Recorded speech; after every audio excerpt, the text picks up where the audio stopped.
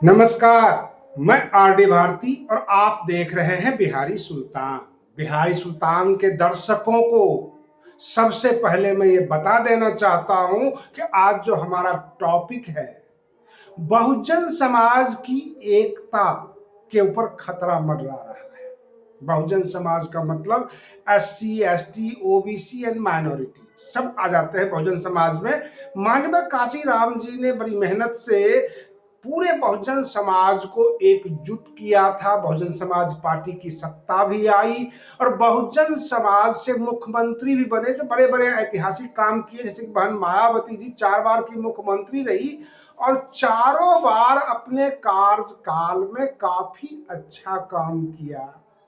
लेकिन जो हमारी केंद्र की सत्ता है, जो सर्वोच्च अदालत है, सबके आंखों में ये खटकती रही कि बहुजन समाज की जो एकता है, जो ये कहते हैं 85%, 80%, इनको कैसे जो है टुकड़ों में बांटा जाए।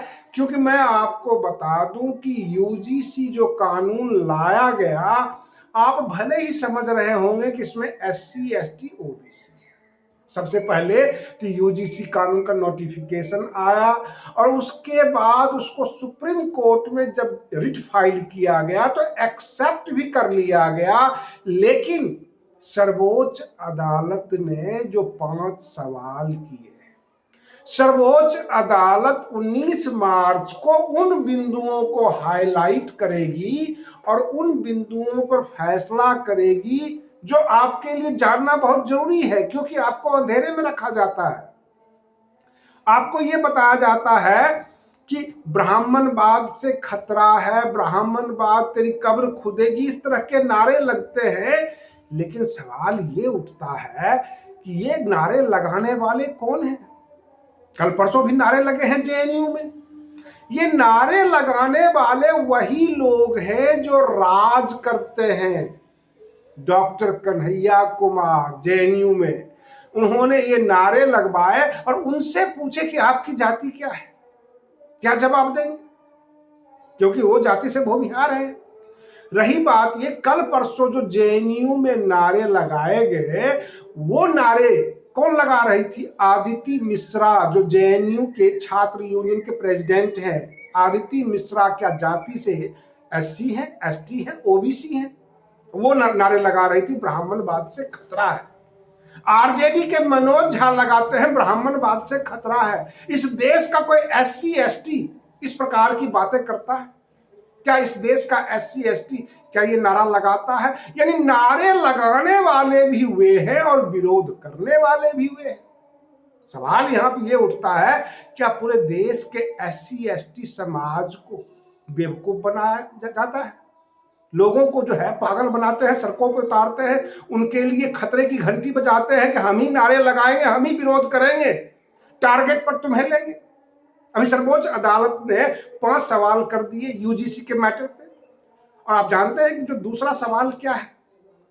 उन्होंने ये कहा अपने डिस्कशन में कि ब्राह्मण जाति भी तो एक जाति नहीं है, उसमें भी कुछ उच्च कुलीन ब्राह्मण होते हैं, कुछ निम्न स्तर के होते हैं। तो ऐसा ही दलित में भी होते होंगे। जैसे बिहार में महादलित भी है और दलित भी है, पिछड़ा भी है और अति पिछड़ा भी है। अब ये तमाम जातियों का वर्गीकरण इन्होंने मांगा है और इन्होंने इशारा कर दिया है कि ये जाति सूचक शब्द का जो मुकदमा है SC, ST एक्ट में, वो महादलित दलित के ऊपर क्यों ना करे? अगर कोई उसे महादलित को जाति सूचक शब्द जो है शब्द का प्रयोग करेगा तो महादलित दलित पे कर सकता है, अति पिछड़ा पिछड़ा पे कर सकता है। कहने का मतलब ये कि पूरे के पूरे बहुजन समाज में ही बगावत फैला दो, तोड़फोड़ करके रख दो, ना इनकी एकता रहेगी, ना ये कहेंगे कि हम 85% हैं। एक दूसरे से जो है ये परेशान रहेंगे। मैं आपको बताता हूं, कल परसों की घटना है। उत्तर प्रदेश के सपा प्रवक्ता मनोज यादव बाराबंकी में गिरफ्तार कर लिए गए। समाजवादी पार्टी के प्रवक्ता थे, बड़ा अच्छा गाली गलौज कर लेते थे टीवी डिबेट पे, हर किसी को जो है गाली वगैरह दे दिया करते थे। अब इनको जो है SC, ST एक्ट में अरेस्ट कर लिया गया। ये तो OBC से है और बाराबंकी की एक महिला ने ही इनके ऊपर मुकदमा दर्ज करा दिया है। तो सवाल ये उठता है, क्या SC ST OBC को ही आपस में भिड़वाने का प्लान है यूजीसी, और सवर्णों को केवल आईना दिखाया जा रहा है, उनको समझाया ही नहीं जा रहा है, और वो सड़कों पे उतर गए ताकि दुनिया ये समझ सके कि ये सवर्णों के खिलाफ यूजीसी का नोटिफिकेशन है। दरअसल अगर पूरा का पूरा ड्राफ्ट आप पढ़ेंगे, जो सर्वोच्च अदालत ने सवाल किया है वो तो SC ST OBC के खिलाफ है। आप 1000 टुकड़े में इनको बांट रहे हैं, और इसका निशाना है 2027 का उत्तर प्रदेश विधानसभा। बहन मायावती जी को जाटव वोट के अलावा कोई और दलित वोट ना मिले, दलितों में एकता ना बने, इसलिए इस यूजीसी के जो नोटिफिकेशन है उसमें सब कुछ क्लियर किया जाएगा सर्वोच्च अदालत के द्वारा कि जाटव कौन होते हैं, पासवान कौन होते हैं, पासी कौन होते हैं, खटिक कौन होते हैं। बिहार में आप चले आइए तो चमार कौन होते हैं, डोम कौन होते हैं, पासवान कौन होते हैं। सबसे निम्न स्तर का जैसे कि मुसहर समाज आता है, तो मुसहर समाज तो पासवान पर तो मुकदमा कर ही सकता है क्योंकि पासवान दलित है और मुसहर महादलित है, तो महादलित तो दलित के ऊपर मुकदमा कर ही सकता है। इस तरह से पूरे के पूरे समाज को आपस में बझाने के लिए, आपस में सिर फुटौल कराने के लिए यह कानून लाया गया। अथवा अगर यह कानून नहीं लाया जाता, सर्वोच्च अदालत ने यह क्यों सवाल किया कि क्लासिफिकेशन बताइए, उपजाति का भी नाम बताइए, कितनी जातियां हैं। अरे भाई लिख तो दिया है SC ST OBC जो संवैधानिक है। आपको तकलीफ ये हुई कि उसमें जनरल कास्ट नहीं है, तो जनरल कास्ट को जुड़वा दीजिए। रही बात ये कि अब जनरल कास्ट को जुर्माने के बजाय आप SC ST OBC को 1000 टुकड़ों में आप बांटना चाहते हैं, सभी जाति का नाम देना चाहते हैं, उपजाति का नाम देना चाहते हैं। अगर उसमें से जो जातियां छूट जाएगी उसके ऊपर तो मुकदमा होगा ही होगा। कहने का मतलब यह है कि SC में अगर चमार जाति का नाम आ गया, यानी जाटव का नाम आ गया, बाकी और जातियों का नाम आ गया, खटिक छूट गया, पासी छूट गया, पासवान छूट गया, और भी जो है कुछ पिछड़ी जातियां वो सब छूट गई, तो उनके ऊपर तो मुकदमा डाला ही जा सकता है। इस तरह का प्रावधान बनाने की तैयारी है और SC ST एट्रोसिटी एक्ट को कमजोर करने की साजिश है, आपस में ही उलझाने की कोशिश किया जा रहा है। और इसी के तहत यह कानून लाया गया है ताकि ये ज्यादा ना सोचे, जनरल के बारे में ज्यादा ना सोचे, ये जो है आपस में ही उलझ कर रह जाए और आपस में ही सिर फुटौल करें। क्योंकि बहन मायावती जी के लिए अगर ये फिक्स कर दिया जाता है उत्तर प्रदेश में कि जाटव के अलावा आपको वोट नहीं मिलेगा, बाकी दलित वोट जो है वो भाजपा ले जाएगी। क्योंकि कांग्रेस पार्टी भी ये खेल कर रही है। सबसे बड़ी बात ये है कि दिग्विजय सिंह तो कांग्रेस के ही नेता है, उस कमेटी में थे, उन्होंने उस वक्त ऑब्जेक्शन क्यों नहीं लिया। यानी कांग्रेस और भाजपा दोनों मिलकर बहुजन समाज से जो संबंधित पार्टियां हैं उसको बर्बाद करने की तैयारी है।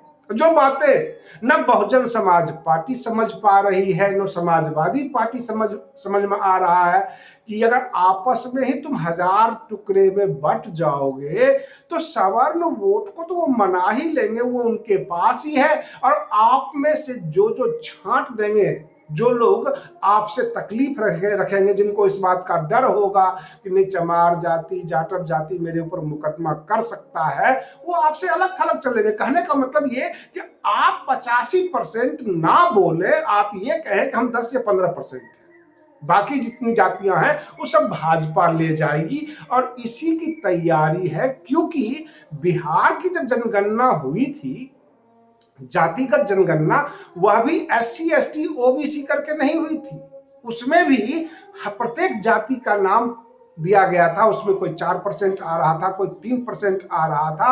अब ये खेल सर्वोच्च अदालत में होगा यूजीसी के मैटर पे कि यूनिवर्सिटी में जो छात्र हैं वो कौन कौन सी जाति से कितने कितने परसेंटेज है। और उसके बाद कार्रवाई होगी।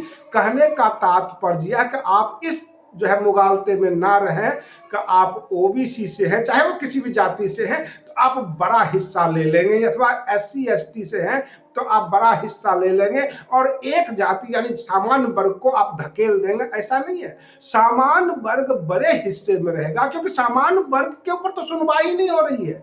उसको तो आपने यूजीसी के कानून से बाहर कर दिया है, बस उनको अंदर करने पे बात होगी। बात जो होगी वर्गीकरण की, वो एससी की होगी, एसटी की होगी, ओबीसी की होगी कि आप कितनी जातियां हैं, आप में पिछड़े कौन कौन है, इसमें क्रीमी लेयर कौन कौन है, पढ़ा लिखा कौन कौन है, अमीर कौन है, गरीब कौन है, वह कौन सी जाति है जो बहुत ज्यादा गरीबी रेखा से नीचे है। इसके ऊपर डिस्कशन होना है 19 मार्च को, और सरकार भी इसी तैयारी में है कि कुछ जातियों को बता दिया जाए सर्वोच्च अदालत से, और सर्वोच्च अदालत से उन्हीं जातियों के नाम पे मुहर लगवा लिया जाए।